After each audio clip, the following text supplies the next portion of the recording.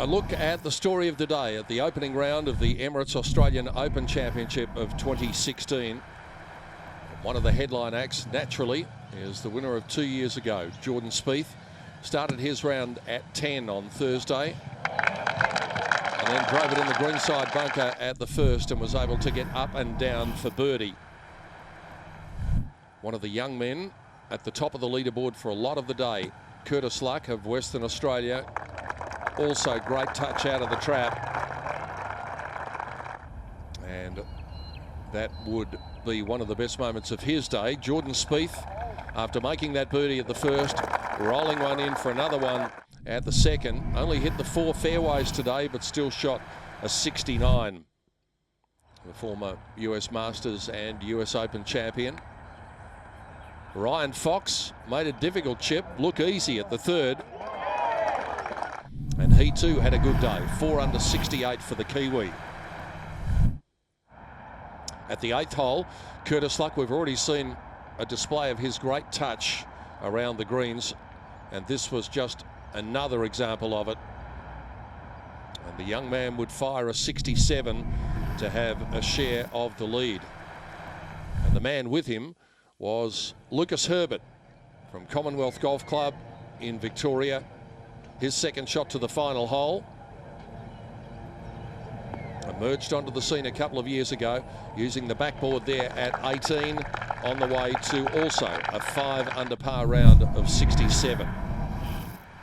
One of the shots of the day came from Dimitrios Papadakis at the 14th, with that magnificent motor car, the Genesis, up for grabs for anyone who could pop it in the hole. How close do you want to be? Nearly, but he had second best, and that was a 2 at the 14th, on the way to a 69. Adam Burdett also had a very good day. Here he is with his third shot at 7. He just had a couple of hiccups in the previous holes, and he was able to get it in 68. So he finds himself just 1 shot back from the lead. In contrast, it was a much tougher day for the 2009 champion Adam Scott. First few holes were a little ragged, and then he came up with this at 6. And that would have got the adrenaline flowing after a bumpy start. Brett Coletta, second shot to 9. His outward 9 was spectacular. He was going to face a bit more of a problem on the homeward 9. But his iron play superb on that outward 9. And that would be a 4 under par outward 9 for the young man from Victoria. We mentioned Adam Scott having a bit of a tough day early on. Look at this at 8.